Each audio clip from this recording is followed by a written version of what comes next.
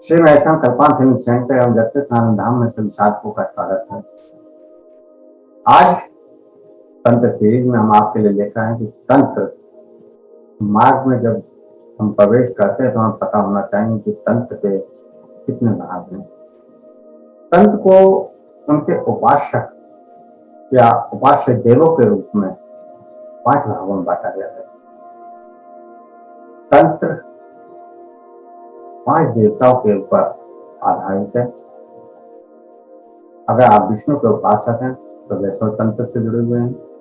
अगर आप शिव के उपासक हैं तो शिव तंत्र से जुड़े हुए हैं। अगर आप शक्ति के उपासक हैं तो शाक्य तंत्र से जुड़े हुए हैं।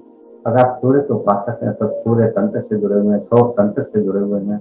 अगर आप गणपति के उपासक हैं तो गणपत्य तंत्र से जुड़े हुए हैं।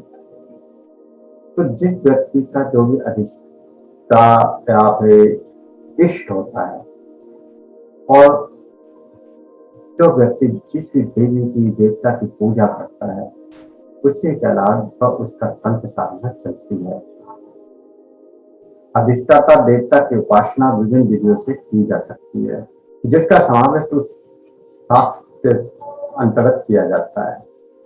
तांत्रिक ग्रंथों को अगम और निगम कहा जाता है। शिव और शाक्य ग्रंथों में शिव और शक्ति के मध्य वार्तालाप के रूप में तंत्र के विषयों को समझाया गया है।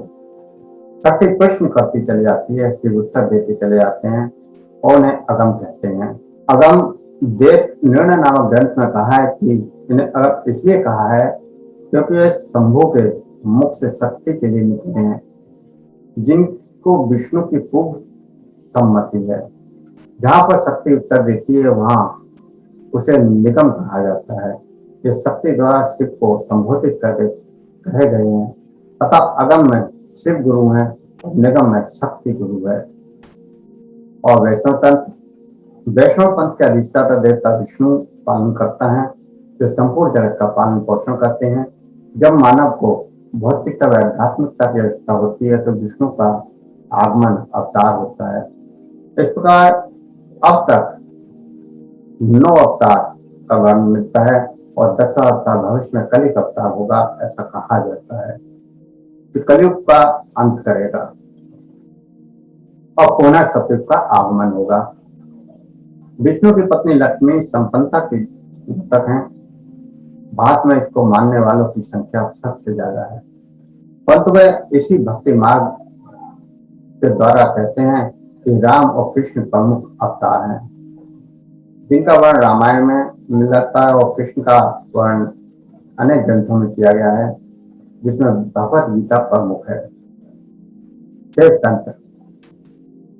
शिव तंत्र चेतना शिव के रूप में शक्ति के क्रिया के रूप द्वारा निर्मित दृश्य जगत का आधार है। यह पंथ शारीरिक व मानसिक दोनों रूप से वैराग्य की ओर अधिक प्रवृत्त है। शिव व शक्ति तंत्र के मूल सिद्धांत एक ही है। ये कहते हैं कि परब्रह्म निराकार, गतिशील, साकार दोनों ही है।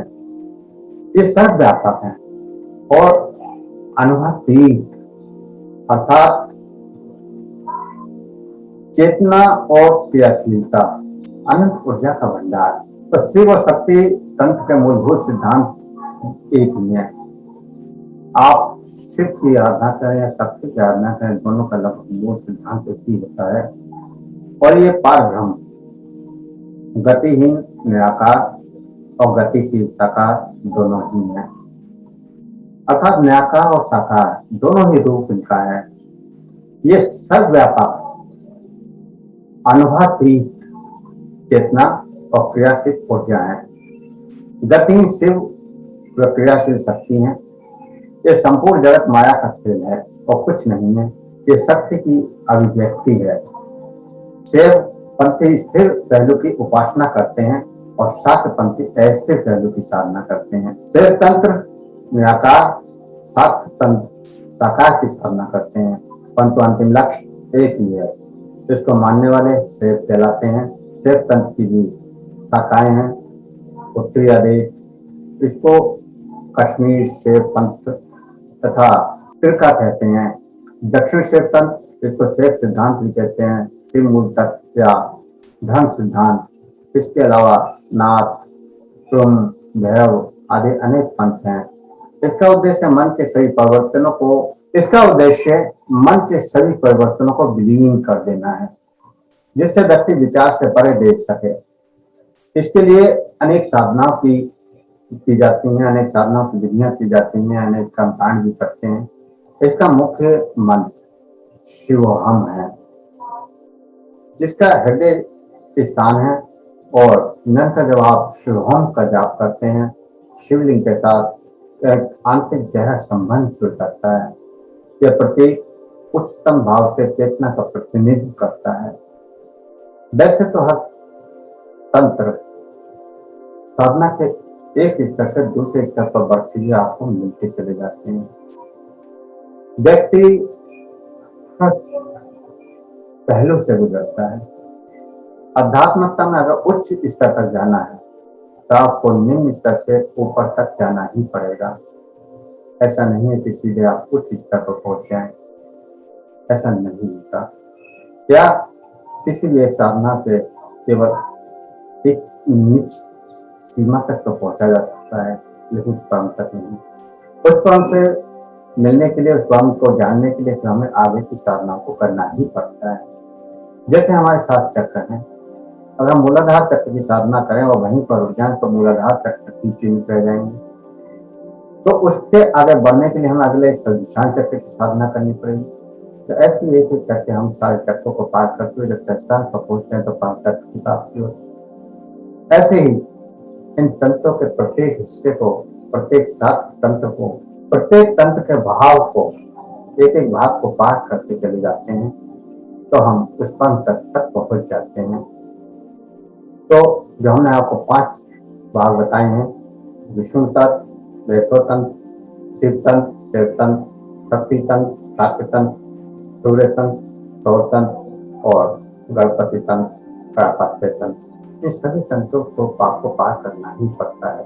एक एक करके जैसे जैसे आप पार करते चले जाते हैं, आप उच्च चेतना के स्तर पर पहुंच जाते हैं। तो हम आगे फिर आपको अगले तंत्र के बारे में बताएंगे नेक्स्ट वीडियो में। तो हमारे चैनल को अगर अभी तक आपने सब्सक्राइब नहीं किया है तो सब्सक्राइब करें। और अगर किसी का कोई क्वेश्चन है या कोई कुछ जानना चाहता है, अपने स्वास्थ्य संबंधी कोई विषय का क्वेश्चन है, या कोई तंत्र मंत्र से संबंधित क्वेश्चन है, कोई आध्यात्मिकता से जुड़ा हुआ कोई क्वेश्चन है, तो आप हमसे संपर्क कर सकते हैं। हमारा नंबर डिस्क्रिप्शन में भी दिया हुआ है। आप हमारे चैनल में कमेंट भी कर सकते हैं। कमेंट करते हैं तो हम आपके इस सवाल का जवाब जरूर देंगे। आप हमारे व्हाट्सएप पर भी संपर्क कर सकते हैं। तो आप किसी भी तरह से हमसे संपर्क कर अपने सवालों की जिज्ञासाओं को शांत कर सकते हैं। तो आज के लिए इतना ही। सभी को प्रणाम। ओम।